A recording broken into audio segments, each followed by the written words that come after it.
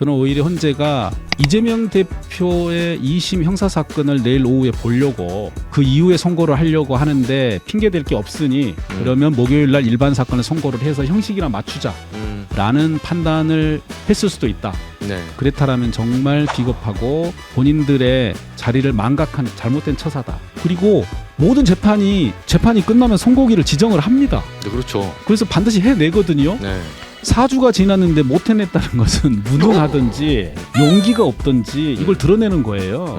마지막 시간입니다. 내일 점심 이전에는 반드시 선고기를 정해서 고지를 해야지. 그렇지 않으면 결과에 상관없이 지금 8명의 재판관들은 엄청난 비난을 받게 될 거다라는 말씀을 드립니다. 맞네요. 이 역사에 또 기록을 해야.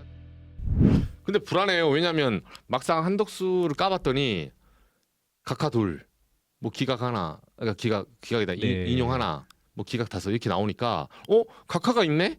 뭐 이런 약간 음모론이 살짝은 맞았거든요. 이제 보수 언론이 말한 거. 네. 그러다 보니까 설마 윤석열 탄핵도 그렇게 되는 거 아니냐 이런 걱정을 하시는 거예요. 다들 내란성 불면증에서 어떻게 됩니까? 기다려야 됩니까? 뭐 축구로 따지면 이제 전후반 90분 경기 네. 중에 뭐 88분, 89분 네, 정도 된 거라고 보여지고요. 네, 8대0 전원일치 파면이라는 큰 줄기는 한 번도 변한 적이 없을 거라고 감히 말씀드립니다. 그리고 한덕수 총리 사건 관련해서 뭐 각하 의견 낸 분들은 가령 지금까지 한 번도 관련해서 선례가 없었기 때문에 네. 그 정도 소수 의견은 있을 수 있다라고 음, 평가를 합니다. 그리고 한덕수 총리 사건의 이게 분포나 이런 부분들이 대통령 탄핵 사건하고는 아무 관련이 없다. 전혀 상관이 없다. 이거 독립변호사. 네. 이걸 막 엮어서 지금 극우파에서 막 음모론 나오거든요. 네. 봐라 각하 나왔다. 이제 5대3 들어간다. 막 요새 소설 다 써요. 헌법재판관들이 그런 게 추단될 정도로 그 결정문에 실었다고 그러면은 자격이 없는 거고요. 그렇지 않도록 노력했을 것이고 결과적으로나 뭐 결정문 상으로도 그런 부분이 전에 눈에 띄지 않았습니다. 즉 애초에 8대0 만장일치 파면의 흐름에서는 벗어난 게 없다라고 저는 평가합니다. 그러시군요. 원님 그러면 좀 사람들이 좀 궁금한 게 있어서 뭐 또 판사 오랫동안 생활하셨으니까 네. 판결문으로 좀 확 들어가 볼게요. 저도 궁금했는데 이렇게 지금 헌법 위반인데 파면에 이를 만한 정도의 그런 죄는 아니다. 그러니까 마은혁 뭐 재판관 임명 안 한다던가 한덕수 네. 총리가 뭐 국무회의 간담회한다가 이렇게 이제 대략 얘기를 한 것 같아요. 법은 위반인데 이게 뭐 어떻게 보면 뭐 그만둬 공무원 파면 집에 가 할 정도는 아니고 뭐 예를 들면 견책 내지는 그 단계가 있는데 헌재는 이제 단계가 없잖아요. 네. 파면 정도는 아니다. 이게 설득력 있는 그런 거예요. 원래 있어요. 이런 식으로 판단을 하나요? 그렇게 판단을 할 가능성이 있었지요. 특히 변론을 한 번밖에 안 했거든요. 그렇죠. 한 번으로 딱 끝냈죠. 일국의 국무총리를 파면하는데 변론을 한 번밖에 안 한다라는 것은 상당히 이례적일 겁니다. 그래서 일단 그 부분에서 약간 예측이 가능했다고 생각 들고요. 그리고 일단 사실관계를 확정을 하고 그 사실관계가 헌법 어디 위반인지 법률의 어디 위반인지 판단을 한 다음에 네. 파면에 이를 정도로 중대하느냐 이 판단을 해야 되는데 그 정도는 대통령도 다르고 뭐 국무총리 조금 다르고요. 장관 다를 것이고 검사들 다르고요. 내용이 조금 다를 건데 한덕수 총리에 관해서는 당시에 정치적인 상황이나 네. 그리고 고난 대응으로서 이걸 어떻게 해야 될지 이런 부분들에 대해서 조금 헌법재판관들이 일부 뭐 정상에 참작할 바가 있다. 뭐 이 정도 평가를 하셨다고 보여져서요. 알겠습니다. 그러면 사람들이 제일 관심 있는 건 사실 저 끝단에는 윤석열 파면이거든요. 이제 거기로 혹 가보시면 그 시민들이 이런 의문을 많이 제기해요. 이익형량 더 잘 아시면, 그러니까 파면을 했을 때의 국익과 파면을 하지 않았을 때 국익. 이걸 이제 이익형량처럼 뭐 이렇게 저는 잘 모르지만 주문에 나와 있더라고요. 그걸 이제 형량을 달아서 봤을 때 이거는 지금 파면보다는 그러니까 헌재가 판단하기로는 복귀를 시키는 게 더 낫다. 이렇게 이제 국가적으로 여러 가지 정치 상황도 보고 했는데 윤석열 심판에 대해서는 과연 이익형량을 통해서 기각 이렇게 할 수 있다고 보세요? 전혀 없습니다. 전혀 없다. 왜냐하면 다시 복귀를 한다는 뜻은 와서 국군 통수권자로서 국군을 통수해야 된다는 그렇죠. 상황이 생기잖아요. 네. 그런데 본인이 계엄 과정에 대한 반성도 하지 않고 있고 그렇죠. 그렇다면 다시 한 번 더 2차 계엄. 계엄을 할 수 있다라는 게 너무 눈에 보이잖아요. 네. 그래서 복귀하면 절대 안 된다라는 인식은 뭐 너무나 당연하고요. 음. 즉 또 헌법 수호 의지라는 부분을 헌법재판소에서 중요하게 봅니다. 즉 그때의 그 일이 뭐 실수였다거나 잘못했다거나 근데 이런 부분이 전혀 없는 사람이에요. 없죠. 네. 저희 잘했다고 생각하는데. 네. 그래서 이 헌법 수호 의무가 있다라고 평가를 해야지 기각을 할 수 있는데 네. 그런 평가를 할 수가 없어요. 왜? 모든 국민이 다 아시거든요. 여전히 본인이 잘했다고 생각하고 아무 일이 없었다. 그렇죠. 피해도 없었다. 손톱 하나 누가 다쳤냐. 네. 그래서 헌법재판관들이 기각의 의중을 갖고 있다 하더라도 결정문에 그걸 써야 되는데 네. 쓸 수가 없다. 아. 그렇기 때문에 이 부분은 8대 0이다라는 얘기를 계속 드리는 게 음. 국민들이 다 아시기 때문에 재판관들이 다른 판단을 왜곡을 해서 국민들을 현혹시킬 수가 없는 사안입니다. 그러네요. 근데 그럼에도 블랙스완 요새 유주얼 서스펙트 너무 많잖아요. 그 원님도 판사 출신이지만 지기현 판사 구속 취소. 저는 보고 깜짝 놀랐습니다. 진짜. 아니 어떻게 71년 만에 물론 말은 맞죠. 때와 시를 봤을 때. 근데 그거는 약자들에게 해줘야 되는 거지. 윤석열 같은 이런 강자가 어디 있어요? 이런 진짜 무소불위 권력을 해서 지금 군대를 동원해서 군합발로 국회를 들어간 사람한테 100번 양보해서도 이걸 꼭 지금 해줘야 되냐. 법에도 있지 않는 거를 자기가. 그러니까 이제 시민들이 불안감이 너무 커지는 거예요. 이거는 검문백조도 나타날 수 있다. 잘못하면. 그래서 논리적으로는 의원님 말씀이 맞는데 헌재가 또 얘기하는 거 아니냐. 혹시라도 논리를 벗어나서. 헌법재판소가 관습헌법 이후에 어마어마한 거를 또 가지고 와야지 가능한 일인데요. 네. 그러면은 헌법재판관들끼리도 용인하기 어려울 거고 네. 구성원들인 네. 연구관들이나 직원분들도 어떻게 그거를 용인하겠습니까? 그렇죠. 아, 우리가 상식적인 세상을 믿어야 되는데. 그리고 거기는 또 헌법재판관 8명이기 때문에 네. 본인들끼리 대화하는 과정, 논쟁하는 과정에서 그거를 서로 교정을 하려고 최대한 노력을 할 겁니다. 그래서 저는 뭐 의견이 다를 수 있죠. 네. 그리고 여러 가지 국민들의 다수와 소수, 극소수의 의견도 반영을 해서 녹여내야 되기 때문에 뭐 시간이 더 걸린다라는 부분은 이해는 됩니다만 결론에는 문제가 없을 거다. 대한민국의 국격도 있고 재판관들이 전부 다 판사를 20년 이상, 30년 이상 한 사람들인데 네. 그런 결정을 하기 어려울 거라 생각하고요. 반면에 이제 지기현 판사의 결정은 매우 잘못됐지만 본인이 의도했는지 의도하지 않았는지를 알 길이 없습니다만 그렇죠. 법원의 재판부는 독립에 너무 집중하면 외부의 모든 부분에 대해서 차단이 돼서 본인들만의 판단을 그렇죠. 하다 보면 실수할 수가 있습니다. 순간. 그게 옳다라고 생각하고 그렇죠. 너무 작은 부분에 집중하면 큰 거를 놓치게 되는데요. 이번에 큰 거를 놓쳤다고 생각이 들고 다만 그 재판부도 즉시항고를 통해서 교정할 수 있고 또 즉시항고를 하면 석방이 안 될 수 있으니 검찰을 믿었던 거네요. 검찰을 믿다기보다는 검찰이 그렇게 할 거라고 상상을 못한 일이죠. 아. 당연히 즉시항고를 하거나 어떤 조치를 취하는 게 맞을 거라고 예상을 했는데 그래서 재판부도 큰 잘못이지만 즉시항고 포기를 하고 석방한 검찰의 잘못이 더 크고 결정적으로는 즉시항고 포기서도 안 내고 석방을 해줬어요. 그렇죠. 이 자체는 아주 잘못된 석방이라 나중에 반드시 책임을 물어야 됩니다. 아, 심우정 검찰총장. 네. 네. 이 내란과 별개로도 이건 한번 짚고 넘어가야 되는 거죠. 당연히 짚고 넘어가야죠. 이게 어떤 중범죄자가 자기 유튜브에 나와서 내가 곧 자수합니다라고 말했다는 이유로 네. 자수 주장하는 형식이거든요. 이게 네. 법에 정해진 절차를 전혀 지키지 않았어요. 그렇죠. 법원에다가 즉시항고 포기서를 내야만이 음. 이 사건이 이제 종결이 돼서 석방해줄 수가 있거든요. 네. 근데 본인들이 석방 지휘서 속에 즉시항고 포기 의견이 담겼다라고 주장하는 걸 보고 깜짝 놀랐습니다. 이 사람들이 헌법과 법률 위에 있구나. 반드시 교정해줘야 됩니다. 책임을 물어야지 이런 일이 안 생깁니다.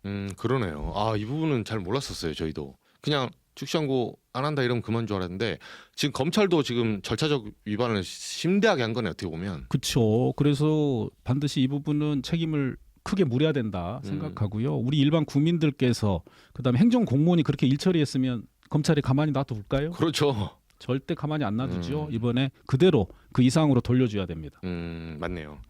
의원님, 김복현 재판관이 이제 혼자 그 마은혁 재판관 임명 문제를 두고 그 각하 2명 이제 정영식, 조한창 그리고 나머지 이제 분들 등등에서 의견이 좀 갈렸어요. 근데 여기에 있어서는 이제 그 김복형 재판관은 이 미임명, 그러니까 헌재가 임명하라고 권한쟁의 8대 0으로 이미 내렸잖아요. 최상목 그한테도. 그리고 이미 그러니까 시간은 지났지만 이미 내린 상태인데 아무튼 이거를 위헌성을 인정하지 않았어요. 뭐 시간이 뭐 하루밖에 없었다, 뭐 등등 어쨌든 이거는 위헌 자체도 아니다. 그러니까 나머지 사람들은 위헌이라고 했는데 뭐 각하는 어차피 이거 정족수의 문제니까 다루지 않았고 나머지는 위헌이 뭐 파면 정도는 아니다.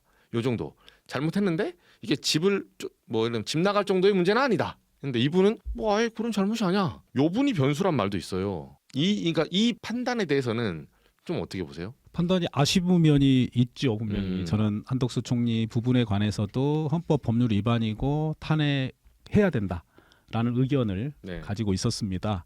그렇지만 또 그런 의견과 다른 의견이 나올 수 있다고 생각하고요. 그렇죠. 의견 다를 수 있죠. 네, 다를 수 있고 또 김복형 재판관의 의견도 아쉽긴 하지만 뭐 그럴 수도 있겠다 싶고요.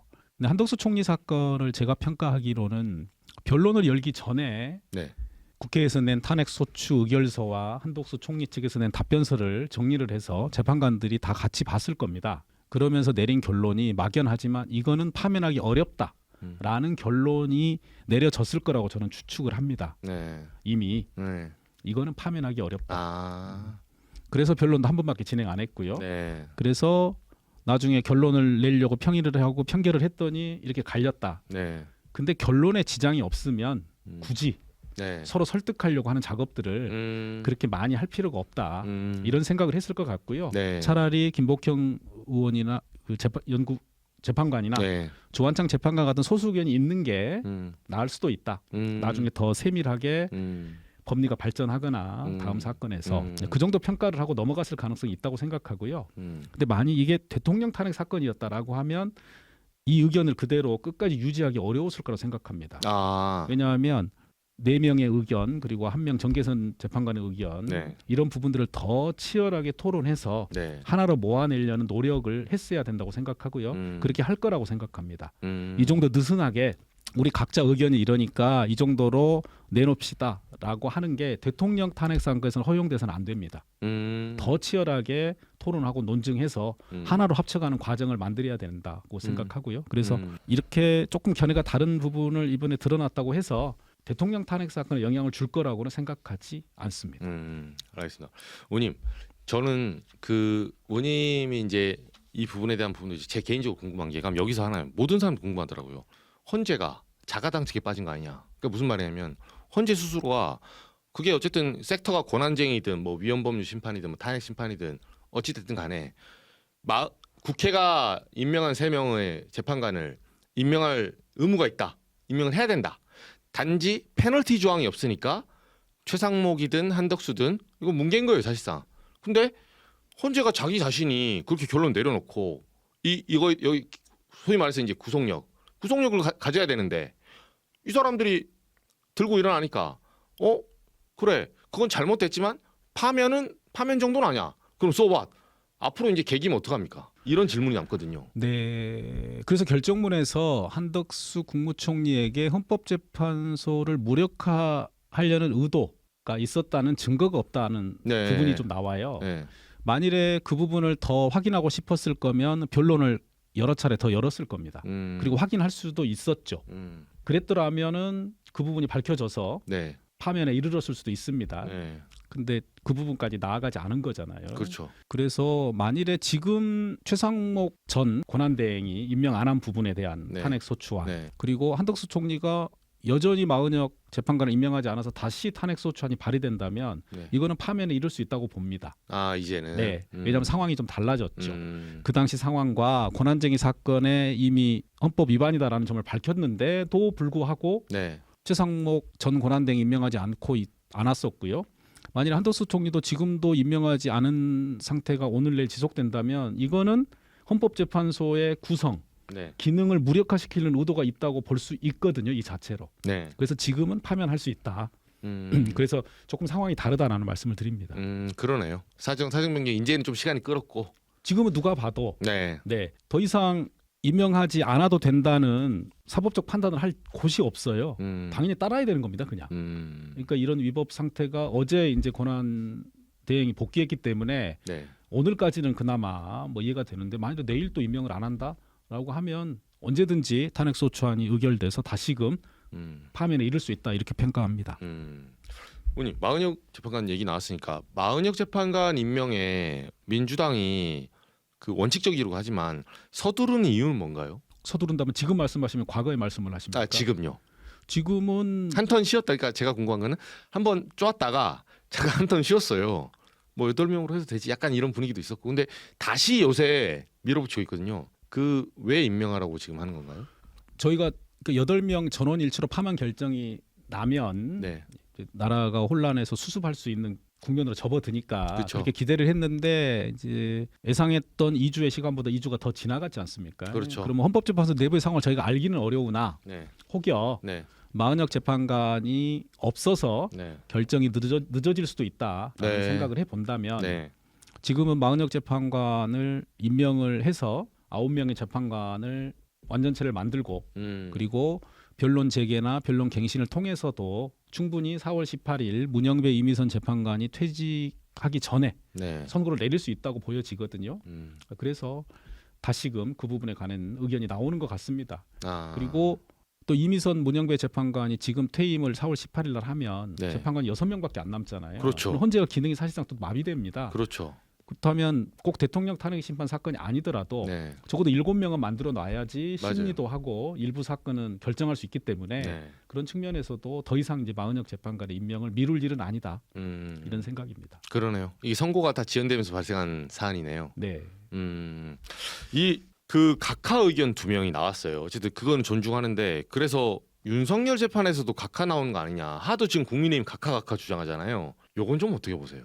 각하하려면 이유가 있어야 되잖아요. 그렇죠. 뭐가 부적합하다는지 그 이야기는 안 하잖아요. 국민의힘이 뭘 그렇죠. 사유를 드는지 그들이 드는 사유는 대부분 박근혜 대통령 탄핵 심판 사건인데 다 판단을 했습니다. 그렇죠. 뭐 일사부재의 다 했습니다. 네. 그리고 그 제가 변론을 다 가서 처음부터까지 다 봤잖아요. 네. 이 정도 큰 사안에서 각하를 하려면 재판부가 문제의식을 갖고 특히 청구인 측이 국회에 자꾸 소명을 더 요구를 해야 됩니다. 이 부분이 어떠냐 저러냐. 아무 얘기가 없었어요. 이런 상태에서 각하로 결론 내린다 있을 수 없는 일입니다. 일반 사건에서도. 각하라는 얘기는 소위 실체에 관한 본안에 들어가서 판단을 하지 않는다는 얘기잖아요. 그렇죠. 집에 가라 이 소리잖아요. 그동안 재판을 뭐하러 해요. 네. 일반 재판에서도 할 수 없는 일이에요. 기억을 해보시면은 권한쟁의 사건에서 네. 한번 선고하려고 했다가 미루고 국회로 하여금 이게 국회의장이 혼자 마음대로 제기할 수 있느냐. 국회 의결을 맞아요. 거쳐야 될. 네, 여야의 그걸 거쳐라. 그 시간을 한번 줬어요. 맞아요. 근데 이 대통령 탄핵 심판 사건에서 음. 그런 게 하나도 없는데 네. 각하한다? 0%입니다. 아. 있을 수 없는 일입니다. 아 이거는 그 전하고 좀 상황이 다르네요. 상황이 아주 다르고요. 지금 한덕수 국무총리 각하는 결혼 한 번 하고 딱 때린 거고, 그러니까 하면서 의견이 나온 거고, 이거는 재반의 상황이 좀 다르네요. 네, 그동안 쭉 대통령 측에서 이런저런 문제 제기를 많이 했는데 그때마다 재판부에서 다 8명의 평의를 거쳐서 이렇게 하기로 했습니다라고 계속 답변을 해줬어요. 네. 그러니까 이미 다 거기서 문제가 없다라고 결론을 내렸기 때문에 각하 주장은 오히려 기각을 할 수 없다는 것을 너무나 잘 알고 있으니까 국민의힘에서도 그러니까 절차적인 문제를 얘기한다고밖에 보여지지 않습니다. 그러네요. 이게 묘한 게 아까 저희 말했던 대로 제가 취재를 해보니까 그 기사 보셔서 아실지 모르겠는데 3월 7일 지기현 판사 이후에 각하로 바뀌어요. 갑자기 이제 절차적 문제를 들고 나오기 시작하거든요. 그 전에는 피켓이 기각이었어요. 국민의힘 부분이 윤석열 기각 이거 하다가 갑자기 구속 취소가 이제 사실 절차적인 부분이었잖아요. 뭐 떼시 이런 것들이 네. 그 본질이 아니라 이 내란범의 본질이 아니라 그러니까 갑자기 절차로 나오더라고요. 이제 각하로 변신하는 거예요. 그러면서 거기 막 에코 체인버 내가지고 막 각하 된다 요새 지금까지 올라온 거예요. 요거 가짜 뉴스네요. 그럼요. 그 구속 취소는 형사 재판이잖아요. 네. 얼마나 엄격한 절차에 의해서 합니까? 그렇죠. 근데 탄핵 심판은 그냥 공무원 징계 재판이에요. 그렇죠. 징계 절차입니다. 네. 징계 절차. 네. 근데 이제 그 공무원이 대통령이기 때문에 조금 더 신중하게 해라. 최고위 공무원이니까. 네, 그 정도기 때문에 이건 형사 재판이 아니에요. 네. 그래서 헌법재판소도 증거 체부나 절차 진행을 그렇게 한다라고 수없이 밝혔습니다. 네. 그렇기 때문에 뭐 각하 얘기는 전혀 걱정할 일이 아니다 이렇게 생각합니다. 알겠습니다. 우님이 그 유시민 작가 못지않은 신경 안정제네요. 유시민 작가가 그냥 저희 방송 안 나오시고 다른 방송에서 불철주야 신경 안정제로 뛰고 계시는데 모르는 사람이 많아서 요건 어떻게 보세요? 이제 선거 시점이 최대 변수인데 결국은 네. 이번 주 금요일로 예상이 좀 되다가 저는 솔직히 이렇게 말하면 저도 욕 많이 먹거든요. 그러니까 불안하니까 이 불편한 진실 얘기하면 시청자들이 조금 불안한 거예요. 근데 저는 솔직히 4월 2일 설을 들었어요. 4월 다음 주 수요일 가능성이 높다. 물론 이번 주 하면 좋죠, 당연히. 좋은데 현실적으로 그렇게 된다 이 말이 있더라고요. 뭐 선재가 옛날에 계셔보세요. 일주일에 3개 이상 하지 않고 뭐 오늘도 말씀하시면 목요일 날 뭐 일반 사건들 그럼 날 새서라도 이제 하시라 말씀하셨는데 어떻게 보세요? 날짜? 일단 현실론으로는 목요일 날 10시 뭐 10시 20분 30분 등에 네. 선고를 한 40건 정도 하는 것으로 네. 들었습니다. 근데 선고 40건을 하려면 재판관들과 연구관들이 음. 결정문도 다듬어야 되고 그렇죠. 또 결정문에서 비롯되는 보도 자료, 선고 요지 등을 만들어야 되기 때문에 현실적으로 오늘부터 내일까지는 아마 그 일에 다 매달릴 가능성이 매우 높습니다. 네. 그래서 그 이후에 대통령 탄핵 심판 사건을 선고한다라는 건 일단 쉬워 보이지는 않고요. 네. 네. 그렇지만 이렇게 선재가 일반 사건을 목요일 날 선고하는 게 옳으냐라는 부분은 정말 잘못된 판단입니다. 네. 지금 일반 사건을 기다리고 있는 국민들이나 이런 부분도 계시겠지만 대통령 탄핵 심판 사건을 목요일 날 선고하고 네. 일반 사건은 다음 주에 하면 되잖아요. 그렇죠. 그 이 순서를 바꿨다고 그래서 무슨 의미가 있습니까? 네. 저는 오히려 헌재가 이재명 대표의 2심 형사 사건을 내일 오후에 보려고 그 이후에 선고를 하려고 하는데 핑계 댈 게 없으니 그러면 목요일 날 일반 사건을 선고를 해서 형식이나 맞추자라는 판단을 했을 수도 있다. 네. 그랬다라면 정말 비겁하고 본인들의 자리를 망각한 잘못된 처사다.